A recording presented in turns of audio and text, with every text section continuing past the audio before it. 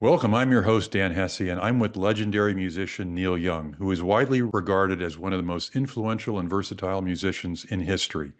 He might be the most difficult artist to categorize as he plays rock, folk, country, rockabilly, blues, new wave, and electronic music. Plus, he's been recognized as the godfather of grunge. He's released over 60 albums, received multiple Grammy Awards, been inducted into the Rock and Roll Hall of Fame twice, and he's influenced and inspired countless artists. Rolling Stone magazine includes Neil on their lists of the greatest guitarists of all time and the greatest artists of all time. He continues to be very active in supporting important causes, and he continues to provide us with both new and previously unreleased music, like the Neil Young Archives Volume 3, which we're going to discuss today. So welcome, Neil. It's just a real privilege to have you join me today. Thank you, man. So Dan, you missed one descriptor of what my music is like, and it Uh-oh. yes, you did. It's an important one because I was sued for it. Okay, so it's uncharacteristic of Neil Young. That was what I got sued for when I was on Geffen Records, making music that was uncharacteristic. Was that the trance period?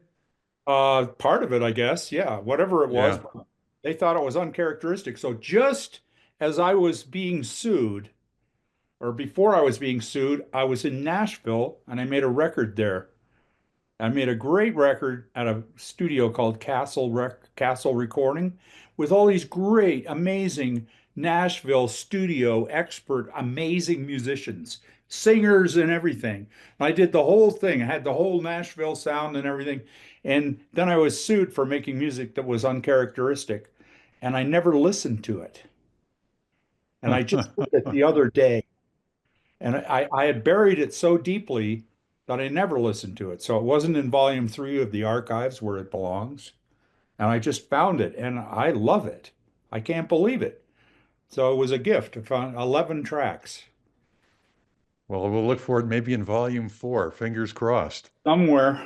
Sounds great. So, one of the themes we like to talk about on this show, being the Mentors Radio, Neil, is the impact that mentors have had on our lives. And there's probably no mentors that are more important for a lot of us than our parents, who I think you once called dream makers. Tell us just a little bit about your parents. Well, my parents were great. They were amazing. My dad was a writer and he wrote about 40 novels and he wrote for newspapers. And he was a poor guy when he grew up when his with his mom and his brother and his sister, and they were in a single apartment. And he wrote a thing that's on my contrarian newspaper that I'm featuring these articles that he wrote that talks about how he stole and lied when he was in school so he would be able to try to blend in with the rich kids because he was so poor he'd had to walk all the way to school. It was right on the edge of the district. And so anyway, he was a great guy and a great writer and a wonderful, wonderful man.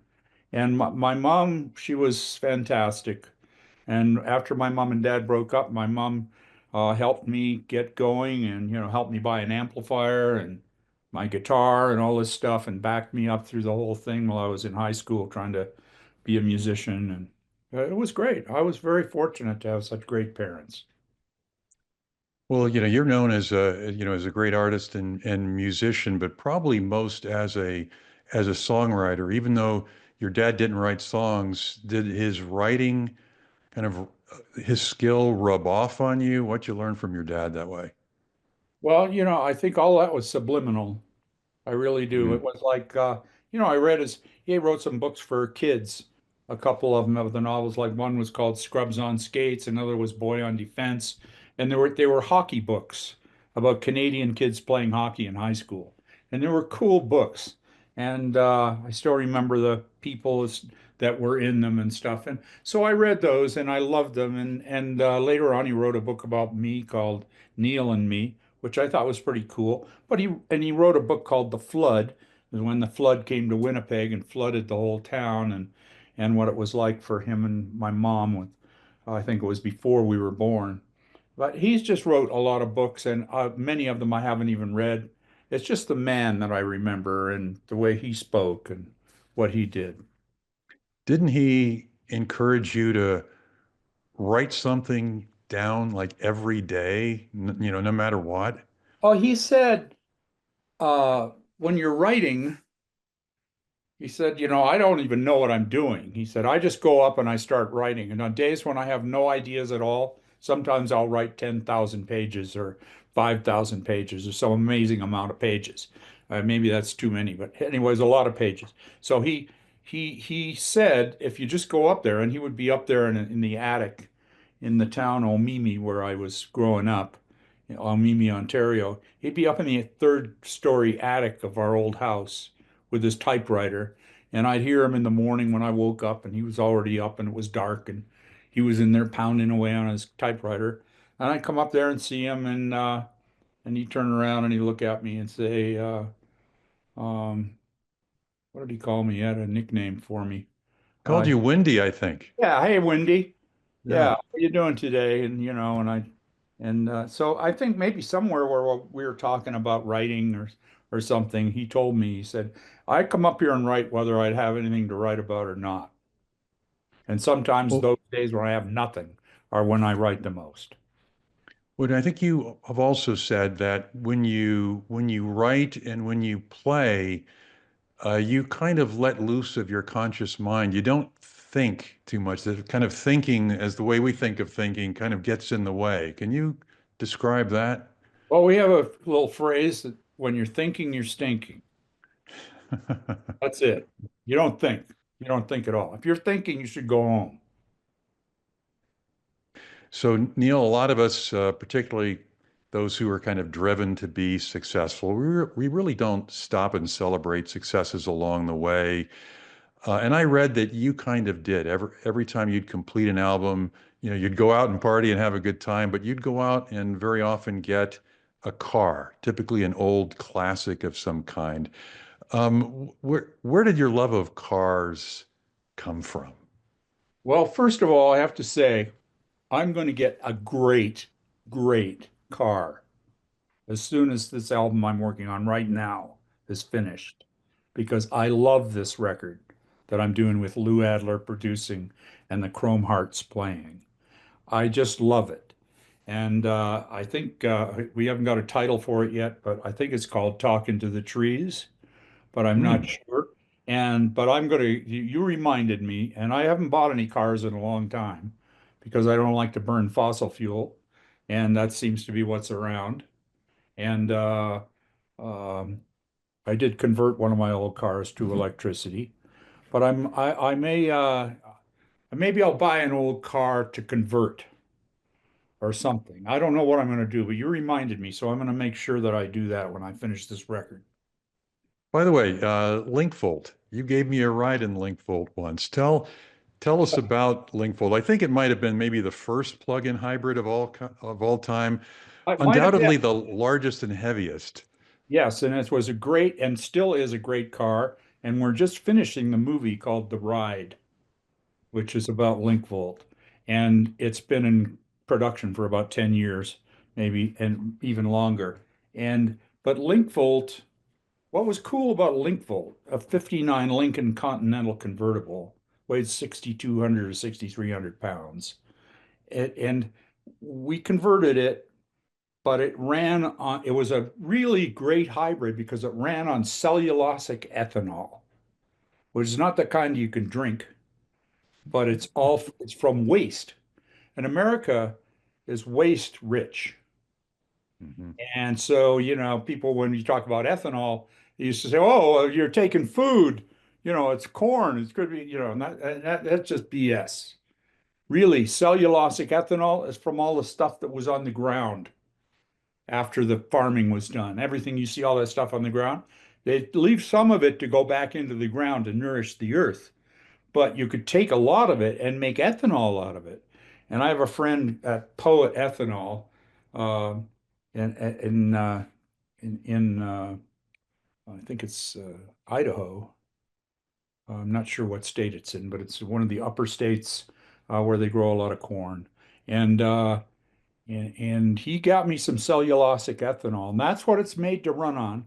So here you have a car that has like a range of whatever. It doesn't matter because your fuel when you run on this fuel and you don't do it, there's no fossil fuel damage. It's a clean, clean car, and it runs on electricity all the time. When you're going 85 miles an hour in Lincvolt, you can still generate more power than you're using with your ethanol generator. And I use a generator out of, I think it was a one of those Ford. Uh, it was out of a Ford Escape or something like that, hybrid. And anyway, so I took that. It was of what do you call it? Flex fuel, and we adapted it to run on pure ethanol. Now, pure ethanol is a little illegal because you can drink it or whatever, but it's too bad. It should be used as a fuel, and we should make, put some poison in it, okay? So you can't drink it. Enough so to kill you, but not enough to bother the engine. So, there's a lot of reasons why we don't do the right thing, and I don't want to go into that now because this show's not long enough. But really, the car rocks. It goes for, I think a range is, somewhere between 400 and 500 miles. And this is a huge car, and it's so cool, and it rides, and it's convertible. Put the top down, the air, no sound. I mean, the last time I drove it was a few years ago, just before COVID, because when I was driving it, we had an accident with it. Something happened to it. It didn't hit anything, but something went wrong, and I had to put it into my friend's care, Bruce Falls, who is the guy who really built it, and who built the final engineering part of it. And I gave it to him, and he went through everything. So I'm about to get it back when I get back to California, and I'll be driving it again. So I'm so stoked because I just saw a great picture of it the other day. And that's what I really want. Maybe that's what I'll give myself when I finish this record. Because that's what I really want, is to be driving this eco-friendly electric car that has a huge range and is a giant car, and it's just all old 50s stuff. It's so cool. By the way, the craftsmanship of those cars, I have a 57 Studebaker built in South Bend, Indiana. I call it Goldie. It's Golden Hawk. Golden Golden Hawk. Hawk. All Golden right. Hawk. Yeah, it's a beauty. You know your cars. But by the way, on the subject of craftsmanship, kind of the same thing could be said for musical instruments. I'd love to have you as my guest sometime at the Musical Instrument Museum, which is amazing here in Phoenix. Recently, I saw John Hyatt just a couple of weeks come and play, and he played a song called Perfectly Good Guitar. And that song, he goes, I don't know who they think they are smashing a perfectly good guitar. And it's about musicians. He Yeah. was kind of lambasting that would smash these beautiful kind of handmade instruments. Yeah, that was I saw bad. you not long ago here in Phoenix, and it looked like you were playing Old Black. That's So right. you're pretty close to your instruments. How long have you had Old Black? How old is that guitar, and what does it mean to you? I've had Old Black since the late 60s, and I got it in a trade from Jim Messina, who was in the Springfield at the time. And Hmm. I traded a couple of Gretches for it.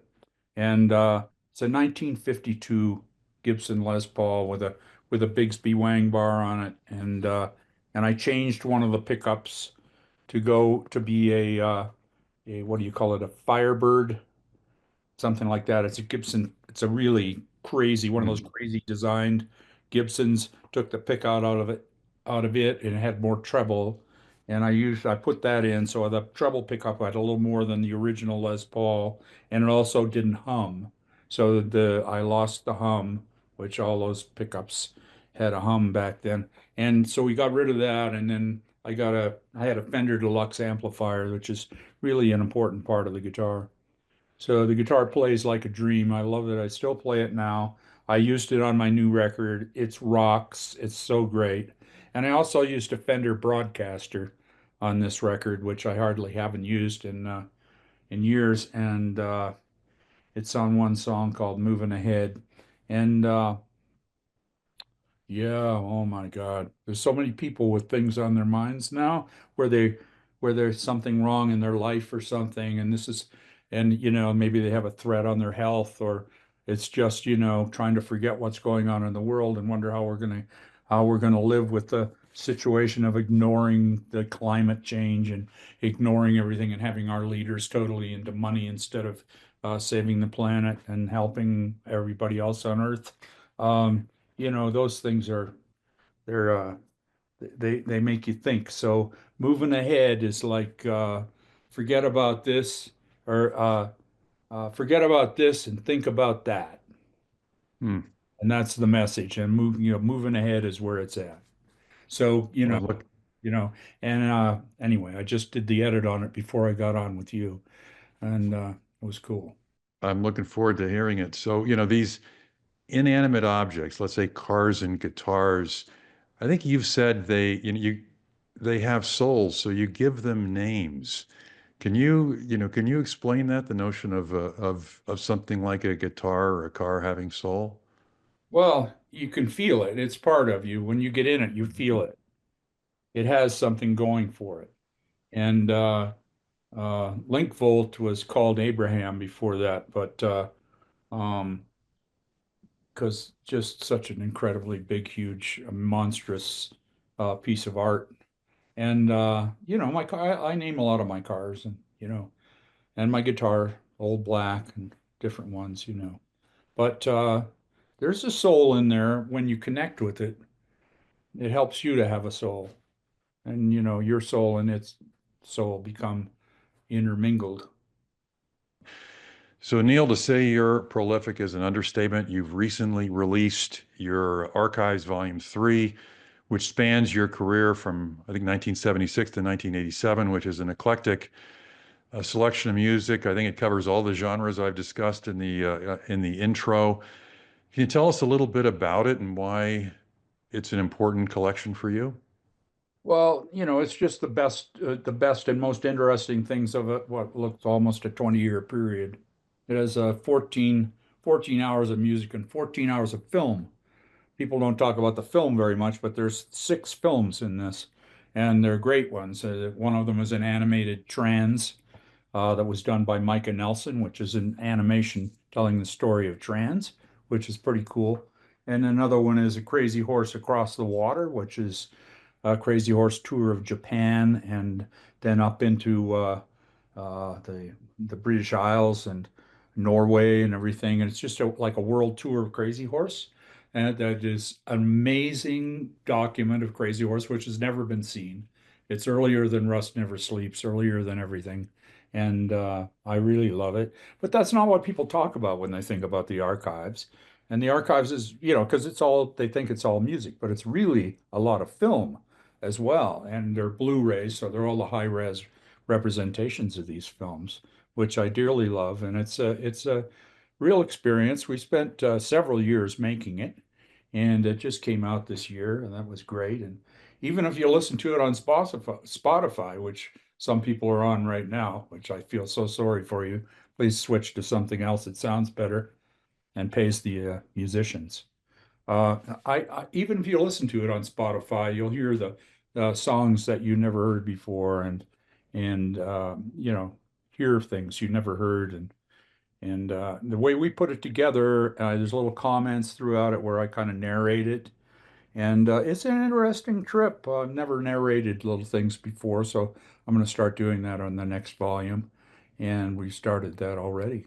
So it's a great thing. But I love it. by the way, I noticed you playing with groups like the Ducks and the Gray Riders. I mean, I've been a Neil Young fan for a long time. It's a lot of new stuff there that I didn't even know existed.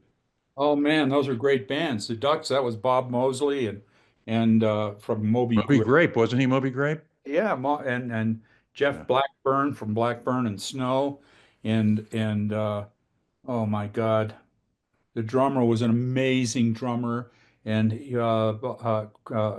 Craviota, he was so great, and he made drums, some of the best drums ever made. And while he was alive, he was a drum maker. That's what he ended up doing. And that was a great band, and we all played. It was a real band. We played Mosley songs, Blackburn songs, Craviotis songs, and my songs. So it was like an even split. And we played Hmm. at clubs in Santa Cruz, and that's the only place we would play is Santa Cruz until until the Ducks were happy because the Ducks had been run over by a pedestrian crossing the street in Santa Cruz and were rebelling against it.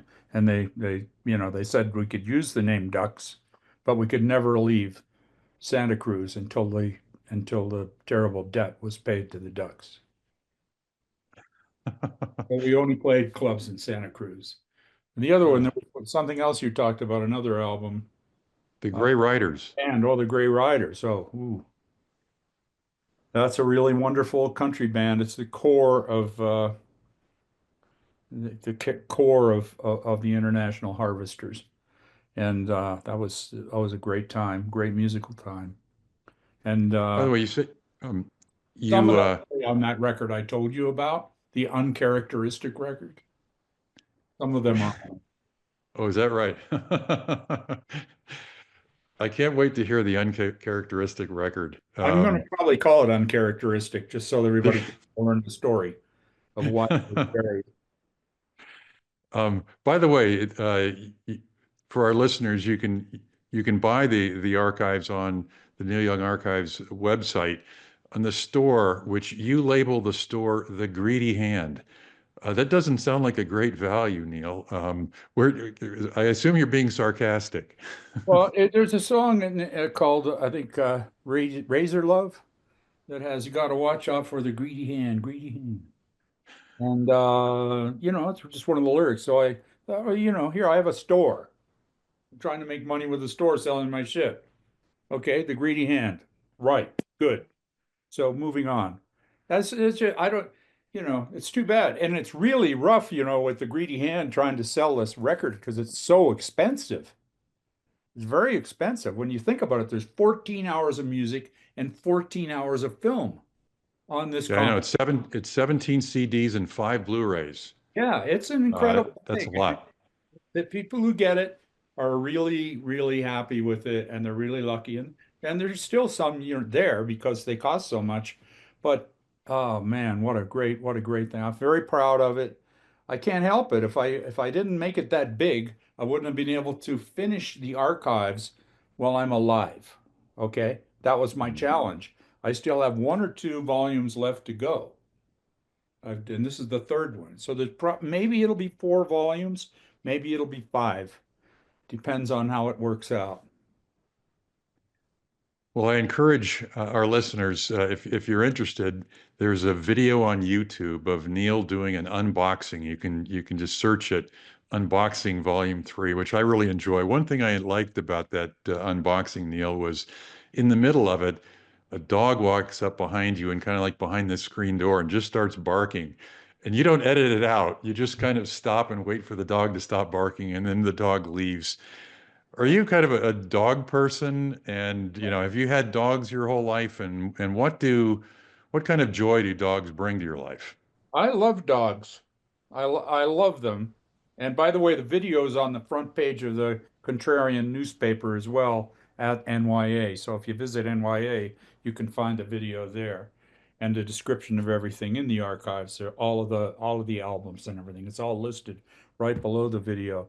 But as far as the dogs go, I've always had a dog that I can remember that I love. And then when Daryl and I got together, she is a real animal lover. And so we have always got great, great dogs. And right now we have Mo and Moon who are outside walking with Daryl as I speak. And they're walking down to the homestead, which is this old house that's on our place here that was there in the 1800s where the stagecoaches used to come through.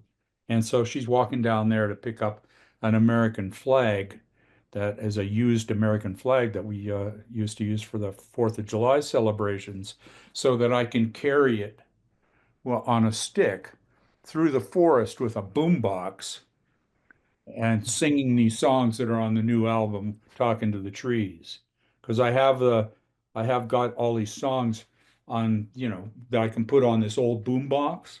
And just the idea of carrying the boombox through the trees and, with the dragging the flag along on a pole behind me and singing these songs.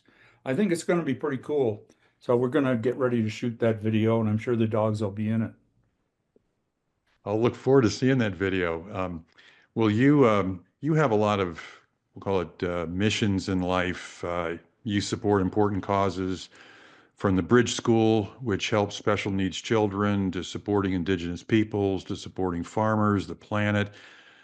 But perhaps the biggest impact you've had, at least from my perspective, is the impact you've had on the quality of sound, the quality of recorded music. You and Phil Baker wrote this book, To Feel the Music. Um, can you describe for our listeners kind of what happened to the quality of sound in the early days of digital when bandwidth and memory were scarce? Well, first of all, there's no reason for bandwidth and memory before digital. Yep, So whether they were there or not didn't matter. But yep. if you just if folks listening to this or watching it or whatever they're doing with it, will just look out a window in their house, if they're lucky enough to have a house in this day and age. And if they look out a window of wherever they are and see what's out there and kind of appreciate the beauty of it for a minute, and then put a screen in front of it and look through the screen and go, well, okay, there's the difference between universal audio, which captures everything and is in a reflection, analog, or digital music. And then, as if that wasn't enough, then move into the screen and look through the screen until you find a little square of the screen, the smallest screen, the littlest opening, and you'll see through there. And as you get right up to it and you're looking right at it, you'll see, oh my God, it's gone. It's all one color now. Whatever the dominant what color was in that hole in the screen is now all you see. So that's where all the variety and that's where the goosebumps on your arms went. It all went away when they took away the universal sound of music and the reflection of analog sound. Yeah, I think you mentioned it in one of your songs, drifting back. You say I used to get it all, and now I only get 5%, something like that, because basically because of the shortage of which you describe in the book of memory and bandwidth, they take like one out of every 50 or 60 bits, and that's all you would get. And you know, And even today, that, there's what's nothing that? there. They're Yeah. bit. That's not what we had. We had a universe. We had everything. You had your eyes and your ears, and you'd look out the window and you'd see it and you'd hear it. And there it was. And now you're looking through a little particle, one little square of a screen door. When you get up to the screen and look at it, you see that's all one color. The green forest with the multiple colors of brown, green, yellow, everything is all whatever the most dominant thing was. It's gone. Now it's one color. So as you come back, okay, there it is. I see it now. But that's not what you were really looking at till when the screen came in front of it and became digital. That's the illustration of what happened to digital, of what happened to sound when digital sound came along. So it's a disaster of unbelievable proportions, and analog music is truly the what would you call it? It's the museum quality sound. Hmm. Okay, it's the original sound. And we don't have that anymore. Only in analog records. But those analog records can't be made from CD files because the digital has taken it away already. So you have to go back and get analog records that came from analog tapes. So vinyl records from the original analog recordings are truly the only thing left if you really want to hear it. And that's the way I try to make most of my stuff. But of course, everything today gets to be digital eventually. But I carry it analog as far as I can, and I make vinyl available of everything so that, I can't give up on it. So Neil, your website was really a massive undertaking, the Neil Young Archives. I think it's terrific, not only for what's on there, its comprehensiveness, but for its aesthetic. It's kind of retro analog. We were talking about analog. It's got knobs and meters and toggle switches, file cabinets, old looking newspapers, very creative, cool to look at. But one of the things that's so special about it is the ability to listen to your library, but listen to it in full resolution. You come close to feeling, we'll call it feeling truly what you recorded in the studio. 24-bit, 192 kilohertz bit rate, download. How do you accomplish that technically? How does the streaming work on your site? Well, the streaming works on our site in a way that's, it depends on where you are and how much bandwidth you have where you are. If you're in an excellent position and you have great signal, you're going to get everything 24 192. You're going to get it. It's going to come right into whatever you have to listen to it on, and if that can handle it, it'll play it. So wherever you are, if you have the best listening possible through the best digital equipment possible, you will get the best sound possible in the digital realm, because that's what we send out. Now, as your car moves around, if you go somewhere else and you don't have as much, bandwidth, you're gonna basically things will shrink and go away. But you have a meter on the site that tells you how you're doing. You can see the meter go up and down depending on what you're doing. And so wherever you are with your computer, you can see this little VU meter that kind of tells you how much sound you're really getting. And if it's all the way over there, that's good. And if it's really bad, then you might want to just not try to do high res and go to low res. It's flick a toggle switch and go to low res. Then you're not going to be interrupted. Your sound will keep on coming, but it will be like not even as good as Spotify. No, Spotify will still not be as good as it is, but it's like you'll be at the bottom of the spectrum. But By the way, first of all, I think it's a great educational tool for listeners to be able to hear the difference, what full resolution sounds like, of the same music. And again, what Neil says is that if you're on most Wi-Fi signals, you can pull it down at full resolution, but it'll send you the highest resolution that your connection is capable of pulling down. By the way, one of the sayings you have on your website is "Be great or be gone." Uh, where did that come from? David Briggs, my producer, he told me that when we first started. And that was his phrase. And we all follow it. All the producers that work with me, all the engineers, everybody who's there. And it's a mantra for for who we are and what we do.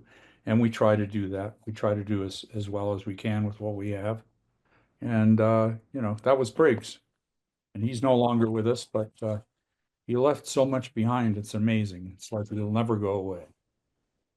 Well, you keep relationships for a very long time. You mentioned David Briggs, who was your producer, and until he passed away, you had a relationship with him as well as like manager Elliot Roberts, who passed away, but you stayed with him for a long time.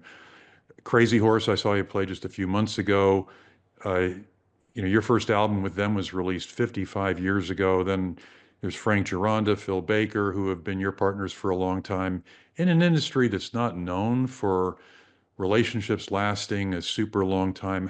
How do you maintain relationships, such good relationships with your with your partners and collaborators for so long? Well, I try to do the best I can. I've been very lucky with these collaborators and people, and of course there's then there's life itself.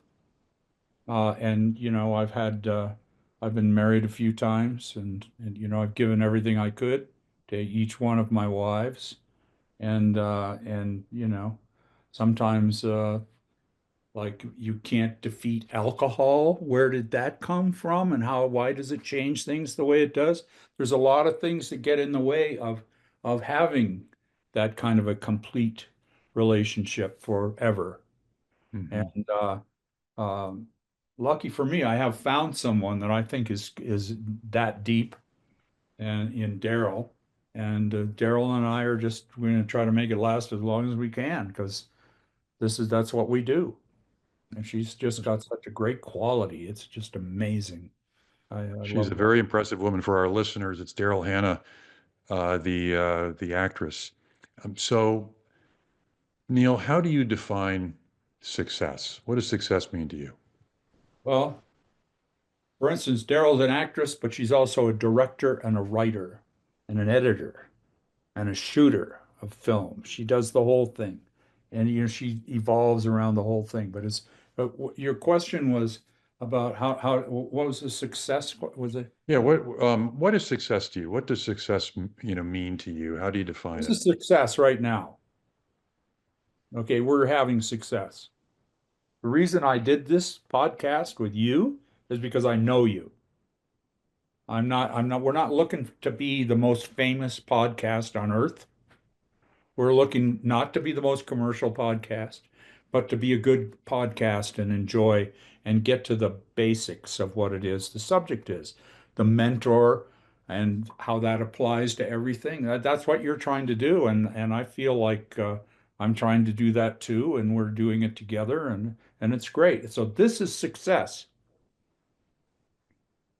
I agree. So what, Neil, makes you happy? Love, Hmm. love. That's what makes me happy. And music is love. And great music is great love. It's all one big thing. And I'm so happy to be making it. I'm still lucky enough to have made this last record that I made, which has blown my mind.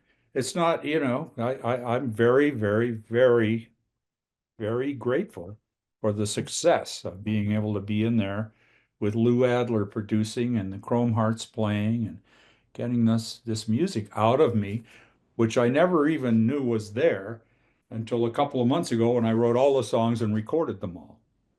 I mean, that all happened just like that. So you don't have a plan. I went for 2 years without writing anything. And I Hmm. was wondering, well, is that it? Who knows? I can't tell. Well, you're going to have to let me know when that album comes out. Yeah, well, we're going to try to. We're going to try to let everybody know when it comes out. It's a different world now. It might not be as easy as it used to be, but the record will speak for itself. Yeah. So, Neil, as I mentioned, I went to see you a few months ago, play with Crazy Horse in Phoenix, and your stamina really amazed me. For somebody, I mean, I will say of our age, you and me, you played for 2 hours. You cut Crazy Horse a break. You let them take a break, and you stayed out there playing acoustic the whole time, standing up. And I know that, in your life when you were younger, you had polio, you had epileptic seizures, you've had a brain aneurysm, you've had back surgery, yet you are so kind of physically kind of strong and in shape. Has what's it taken for you to get there and has had to, you know, work your way through these physical challenges changed you at all as a person or as an artist? I think the whole thing is it's just a gift from God. Okay. Music, the feeling of communicating and the feeling of playing music is all a gift. It's in the air. And I'm so connected to that part of it that I think that overtakes everything. I Hmm. mean, eventually it's not going to be able to overtake life itself, but life itself is going to do what it has to do. I'm just going to make sure that I get to use as much of it as I can.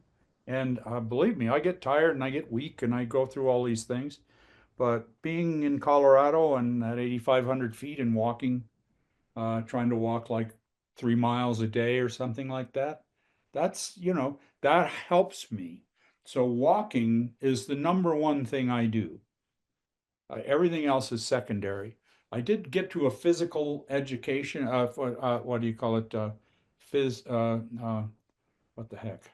I went to see a physical therapist, and, Yeah. and and she showed me some tricks.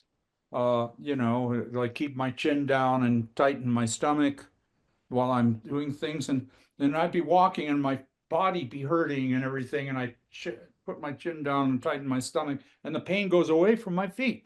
So if your body is aligned perfectly, and nothing's perfect, but if it's aligned as well as it can be, and that's what she told me this lady Meredith, who is a great, talented physical therapist, that helped me a lot in this last year. I 3 or 4 times, but I used the stuff that she told me, and there's some great teachers out there.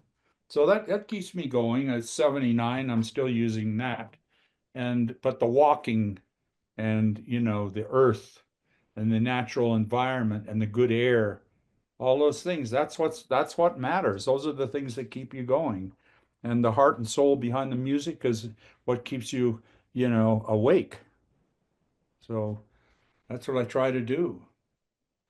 Well, I found people that have something they love, like you love, which is, family, music, and engaged in those things, tend to have, was a higher quality lives later in life. I think Yeah. it really shows in you. By the way, I met your son, Ben. How has parenting a special needs child kind of enriched your life's journey? Well, it's just priceless, unbelievable. It's a gift from God. When you think of that, and I'm saying this to all parents and all people in families with disabled people, just remember, that feeling that you have for them and keeping them going and helping them. It's so great. It's just something, like we take a lot for granted. And I'm very lucky. I'm in pretty good shape, but my back hurts right now uh, from scrambling around with a thing trying to get some cream on my back to get the eczema. So I put myself in such a weird place that I tweaked my back. So I'm going to go out for a walk and that'll straighten it out. It's just stuff like that. You got to keep on going. There's always things to fight. By the way, you and your son, didn't you enjoy a love together of Lionel trains? Oh yeah, we still do. We got Three Rail World back in LA, back in Malibu, and we got this huge, amazing outdoor layout with stumps and everything for mountains and moss for fields and all this great stuff and these old Lionel classics with new electronics in them and stuff. That's incredible. It's fantastic. And we still do it, Ben and I spend a lot of time there when I'm there. And when I go back there, he's always there. He comes and lives with us. So we just spent 8 or 9 months together there, and we had a great time. Well, Neil, you've inspired me since my teen years, not just your music, but all the good that you do, whether it's for special needs children or indigenous people or planet farmers, and helping us to feel the music. I'm proud to have a very large collection of your recordings, and I'm looking forward to listening to Volume 3 and the albums we talked about today that are coming out. To our listeners, please go to thementorsradio.com for show notes and other resources. You can also listen to us on the major podcast platforms like Spotify and Apple, and on iHeartRadio worldwide. Please join us next week for another edition of The Mentors Radio. Until then, this is Dan Hesse signing off. Remember, we're never too informed or experienced to stop learning. Thank you. All right, Neil. Great, Let Dan. I me think we did a good one.